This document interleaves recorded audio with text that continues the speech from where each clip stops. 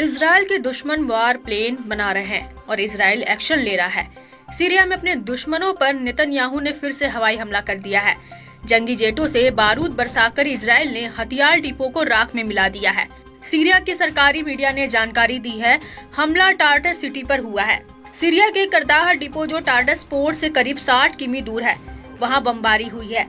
News agency सना के मुताबिक Israel के हमले में हुए जान माल के नुकसान का अभी अनुमान नहीं लगाया जा सका है, लेकिन माउंट हार्मोन पर मौजूद इजराइल आर्मी के हमले तेज होते जा रहे हैं। गुजरे हफ्ते हुए हमले से भी ज्यादा विस्फोटक अटैक इस बार हुआ है। अटैक के साथ इजराइल ने डिफेंस पर भी पूरी ताकत झोंक दी है।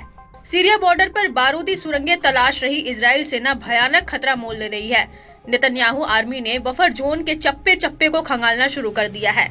गोलान हाइट्स पर लैंड माइन धमाके हो रहे हैं। सीरिया से गाजा तक इजराइल ने फिर से ऑपरेशन को तेज कर दिया है। ऐसा पीएम नेतन्याहू के उस बयान के बाद हुआ जिसमें उन्होंने हमास के टोटल सफाई की धमकी दी है। इजराइल ने फाइटर ग्रुप को धमकी दी है कि बंधक रिहाई में हो रही देरी से दूसरी बार युद्ध को मजबूर कर रही है। नेतन्याहू ने कहा कि इजराइल अब अपने नागरिकों के ऐसी जंग शुरू करेगा जिससे इतिहास कभी भुला नहीं पाएगा। नेतन्याहू ने यह साफ कर दिया है कि गाजा से जो भाग जाएंगे वही जिंदा बच पाएंगे। जो गाजा में रहेगा उसकी जान की कोई गारंटी नहीं होगी। पीएम नेतन्याहू ने नए वॉर प्लेन के तहत 7 फ्रंट एक्टिव कर दिए हैं, जिसमें इजराइल की सेना अपने हर दुश्मन को घेर कर मारने जा रही है। इजराइल ने गाजा में हंगर बम के धमाके शुरू कर दिए हैं। नेतन्याहू ने गाजा को नो एंट्री जोन बना दिया है, मतलब गाजा के लिए भेजी जा रही राहत सामग्री की सप्लाई ठप कर दी गई है।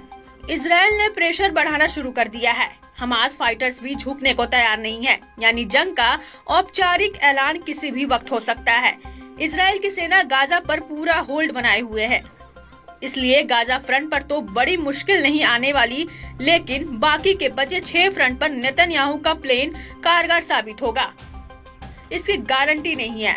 पहले सुनिए पीएम नेतन्याहू का दुश्मनों को दिया वो मैसेज।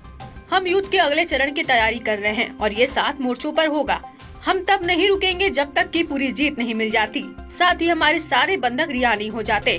हमास की सेना और उसके शासन की ताकत का खात्मा जब तक नहीं होगा, युद्ध होगा। हमास इजराइल के लिए भविष्य में कभी कोई खतरा न रहे, इसलिए ऐसा जरूरी है। ट्रम्प की कोशिश से समझौता हुआ। ट्रम्प की कोशिश से कुछ दिन तक शांति रही, लेकिन गाजा खाली करने के उनका प्लान पूरी नहीं हो सका। हमास का एक बार फिर से सिर उठाना ट्रम्प को अखर रहा है। खाड़ी देशों के बढ़ते दखल से भी सुपर पावर बेहद नाराज है। ट्रम्प जो चाहते हैं उसे सऊदी अरब, तुर्की, मिस्र जैसे देश होने नहीं दे रहे हैं। इस बात की अहमियत नेतन्याहू को अच्छी तरह मालूम है। अमेरिका के गुस्से का फायदा उठाकर नेतन्याहू सभी दुश्मनों से भिड़ने का जोखिम मोल लेना चाहते हैं, मगर ये जोखिम बड़ा है क्योंकि अब ईरान के साथ रूस खड़ा है। इसलिए इजराइल हमास युद्ध के क्लाइमैक्स में परमाणु बम के धमाके दिख सकते हैं, जिससे कई मुल्क खतरे में पड़ सकते हैं।